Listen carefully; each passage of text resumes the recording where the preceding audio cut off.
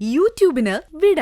സൂര്യയിലെ എല്ലാ പരമ്പരകളും സംരക്ഷണത്തിന് ശേഷം തികച്ചും സൗജന്യമായി സൺ നെക്സ്റ്റ് ആപ്പ് ഡൗൺലോഡ് ചെയ്യൂ. കണ്ടാസ്വദിക്കാം നിങ്ങളുടെ പ്രിയ പരമ്പരകൾ. അടുത്ത ബസ് ഇപ്പം തന്നെ വരും. അവിടെ പോയിട്ട് എന്തെങ്കിലും അത്യാവശ്യം ഉണ്ടെങ്കിൽ അമ്മാവൻ എന്നെ വിളിക്കണം. കാശ് തന്നെ അപ്പം തന്നെ അമ്മാവന്റെ അക്കൗണ്ടിൽ ഇട്ടോളാം. ശരി ശരി.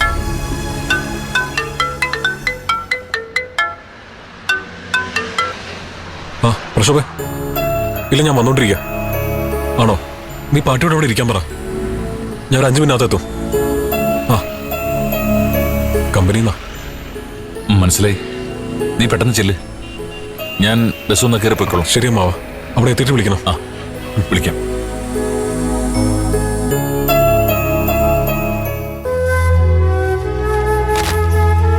ചിലങ്ക ബിസിയാണോ? എന്താ നീതു? എനിക്കൊരു കാര്യം പറയാനുണ്ട്. ഒന്ന് വരൂ. എന്തു പറ്റി? വാ പറയാം.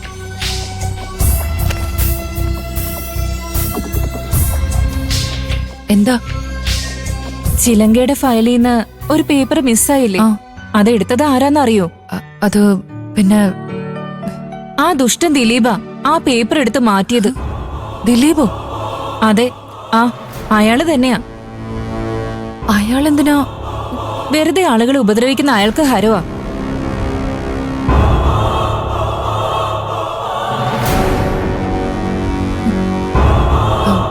നീതു ഇതെങ്ങനെ അറിഞ്ഞു? എന്റെ ഫയലിൽ ഒരു പേപ്പർ മിസ്സിംഗ് ആയിരുന്നു. അത് അന്വേഷിച്ച് ചെന്നപ്പോ ദിലീപ് സാറിന്റെ വേസ്റ്റ് ബിന്നില് ചിലങ്കയുടെ ഫയലിൽ നിന്ന് നഷ്ടപ്പെട്ട ആ പേപ്പർ കീറിയിട്ടിരിക്കുന്നത് ഞാൻ കണ്ടു. ഇപ്പൊ തന്നെ ഈ കാര്യം മാനേജറോട് പറയണം. ഇന്ന് തന്നെ അയാളെ ഞാൻ... അയ്യോ വേണ്ട, അത് പ്രശ്നമാകും. എന്ത് പ്രശ്നം? ഇത് പറയാതിരുന്നാല പ്രശ്നം. അല്ല, ചിലങ്ക വിചാരിക്കുന്ന പോലെയല്ല കാര്യം. ഇവരോടൊക്കെ ഉടക്കി നമുക്ക് ഇവിടെ വർക്ക് ചെയ്യാൻ പറ്റില്ല. ഈ ദിലീപിനൊക്കെ ഒരു ഗ്യാങ് തന്നെ ഉണ്ട് ഇവിടെ. അവർക്ക് ഇഷ്ടപ്പെടാത്തവരെ അവർ ഉപദ്രവിച്ചുകൊണ്ടിരിക്കും.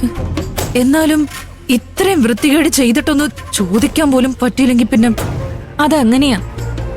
ചില കാര്യങ്ങളില് നമ്മൾ മൗനം പാലിക്കുന്നത് തന്നെയാ നല്ലത്.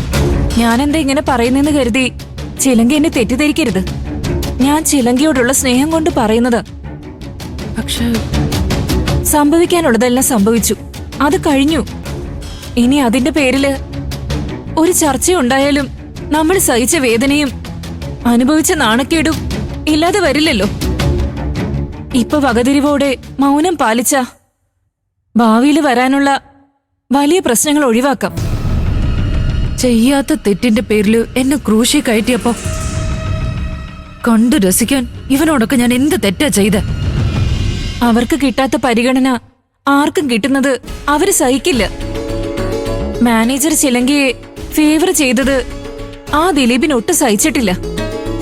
മാനേജറിന്റെ മുമ്പില് ചിലങ്കയെ മോശക്കാരിയാക്കാൻ ചെയ്ത പണിയേത്.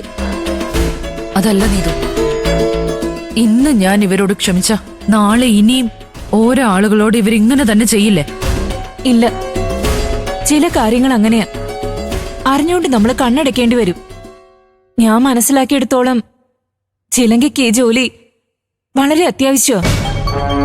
അപ്പൊ ക്ഷമിച്ച് ഇവരെയൊക്കെ മനസ്സിലാക്കാനുള്ള അവസരമായിട്ട് ഇതിനെ കണ്ട് കൂടുതൽ ശ്രദ്ധിച്ചിട്ട് മുന്നോട്ട് പോവുക വേണ്ടത്. ഈ ഒരു സംഭവം വിട്ടുകള. അത് മറന്ന് ജോലിയിൽ ശ്രദ്ധിക്കുക. ശരി.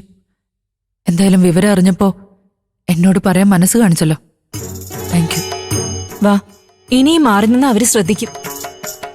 പിന്നെ ഒന്നുകൂടി മനസ്സിൽ വെച്ചോ, ഇവിടെ ഏറ്റവും ശ്രദ്ധിക്കേണ്ടത് ദിലീപ് സാറിനെയും ആ ജോബിയെയാ. ശരി. നീതു വാ.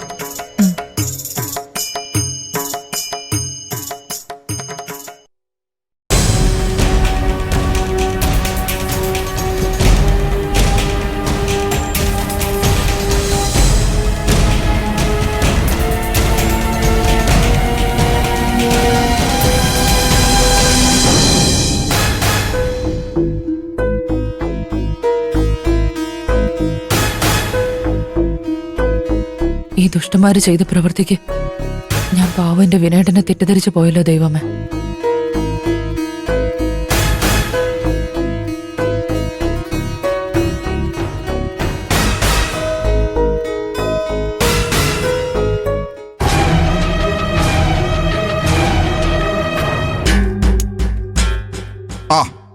ശരിയടാ, വന്നാ മതി.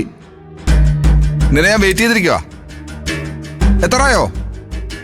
ആ ശരി ശരി. ആ വിനയ, ആ നീ ഇവിടെ ഇരിക്കാൻ പോവാണോ? നന്നായി. ഞാനേ ഒന്ന് കട വരെ പോവാം, കുറച്ച് സാധനങ്ങൾ വാങ്ങിക്കാനുണ്ട്. എന്ത് സാധനങ്ങള്? ആ ഭക്ഷണം ഉണ്ടാക്കി കഴിക്കണ്ടേ, അതിനാവശ്യമുള്ള സാധനങ്ങൾ. അതൊക്കെ പിന്നെ വാങ്ങിക്കാം. അച്ഛനോട് ഇരുന്നേ. ആ ഇരിക്കാനോ?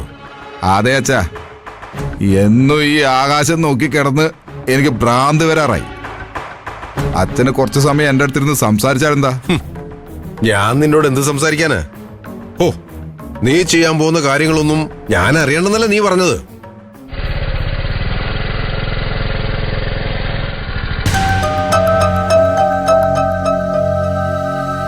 ആ ദേ, നിന്റെ കൂട്ടുകാരൻ വന്നിട്ടുണ്ട്. ഇനി എനിക്ക് അങ്ങോട്ട് പോവാലോ? ഹാ, അച്ഛൻ അവിടെ നിൽക്കേ. ഒരാള് വീട്ടിൽ കയറി വരുമ്പോ മറ്റൊരാൾ ഇറങ്ങി പോകുന്നത് മര്യാദയല്ലല്ലോ. നമസ്കാരങ്ങൾ. ആ നമസ്കാരം. സജി ഇരിക്ക്. പാടാ ഇരിക്കെ. എന്താ വിനയ, അത്യാവശ്യമായിട്ട് കാണണമെന്ന് പറഞ്ഞ? പറയാം. അച്ഛനും ഇരിക്കെ. ഇരിക്കുന്നേ.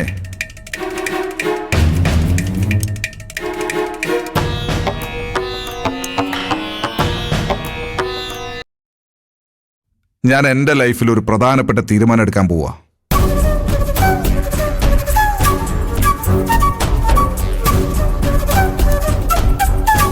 ഞാൻ എന്തായാലും ഇങ്ങനൊരു അവസ്ഥയിലായി.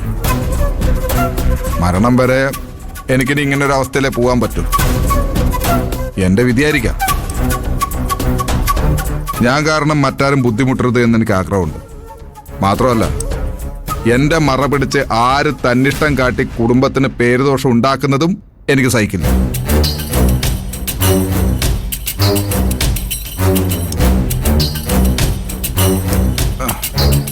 അതുകൊണ്ട് നീ നല്ലൊരു അഡ്വക്കേറ്റിനെ ഇങ്ങോട്ട് കൂട്ടിക്കൊണ്ടുവരണം. അല്ലെങ്കിൽ എന്നെ അഡ്വക്കേറ്റിന്റെ അടുത്തേക്ക് എത്തിച്ചാലും മതി. നീ എന്തൊക്കെയാ പറയുന്നേ? അഡ്വക്കേറ്റിനെ വരുത്തിച്ചിട്ട് നീ എന്ത് ചെയ്യാൻ പോവാ? എനിക്ക് ഡിവോഴ്സ് വേണം.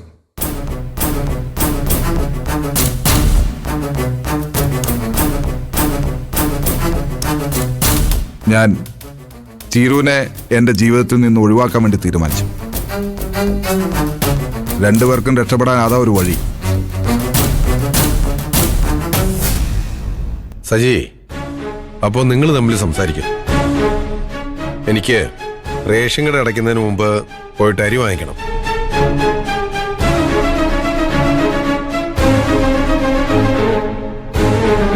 എടാ വിനയ, നീ എന്ത് മണ്ടത്തരടാ കാണിക്കാൻ പോകുന്നത്? ഒരു ഭാര്യയുടെ സഹായം ആവശ്യമുള്ള സമയത്ത് നീ അവളെ ഡിവോഴ്സ് ചെയ്യാൻ പോകുന്ന വെച്ചാ?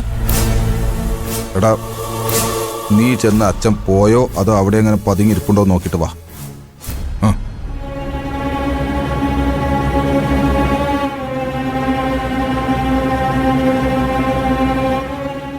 അങ്കിള് പോയി. പാവം ടെൻഷൻ കൊണ്ടാവും പെട്ടെന്ന് എണീറ്റ് പോയത്. എടാ, നീ ഒന്നുകൂടെ ആലോചിക്കേ. ഇതൊന്നും എടുത്തു ചാടി എടുക്കേണ്ട തീരുമാനമല്ല. അതിന് ആര് ഡിവോഴ്സ് ചെയ്യുന്നടാ? ഇതൊക്കെ വിനയന്റെ ഒരു നമ്പറല്ലേ? നമ്പരോ? ഞാൻ ചീരുവിനെ ഡിവോഴ്സ് ചെയ്യാൻ തീരുമാനിച്ചു എന്ന് കേട്ട ഉടനെ തന്നെ എന്റെ അച്ഛൻ ചാടി പുറപ്പെട്ടത് കണ്ടോ? അങ്ങരുതേ ഇപ്പൊ തന്നെ അവളെ വിളിച്ചറിയിക്കും. അതോടെ പിണങ്ങിപ്പോയ ചീരു വാലിന് തീ പിടിച്ച പോലെ ഓടി വരും. അപ്പൊ പിണങ്ങിപ്പോയ ഭാര്യയെ തിരിച്ചു കൊണ്ടുവരാൻ കാണിച്ച ബുദ്ധിയാണോ ഇത്? അതെ, വിനയനോടാ അവളുടെ കളി. എടാ നാറി, നിന്റെ ഈ നാണം കെട്ട കളി കാണാനാണോ എന്നെ നീ വിളിച്ചു വരുത്തിയേ? പ്രഗ്നന്റ് ആയ ഭാര്യയെ ചെക്കപ്പിന് കൊണ്ടുപോകുന്നത് മാറ്റിവെച്ചാ ഞാൻ നിന്റെ അടുത്തേക്ക് വന്നത്. അതൊന്നും കുഴപ്പമില്ലടാ. ഭാര്യമാർക്ക് വേണ്ടി അധികം ഓടാതിരിക്കുന്നതാ നല്ലത്. എന്റെ അവസ്ഥ കണ്ടില്ലേ? നീ ഈ അവസ്ഥയിലായതുകൊണ്ടാ. ഇല്ലേ രണ്ട് പൊട്ടിച്ചിട്ടേ ഞാൻ പോകത്തുള്ളൂ. മേലിൽ എന്നെ ഒരു ആവശ്യത്തിന് വിളിച്ചു വരുത്, പറഞ്ഞേക്കാം. പോടാ, പോയി ഭാര്യയെ സഹായിക്ക്. അവസാനം എന്റെ അവസ്ഥ തന്നെ ആയിരിക്കും നിനക്ക്. പോടാ. നാറി.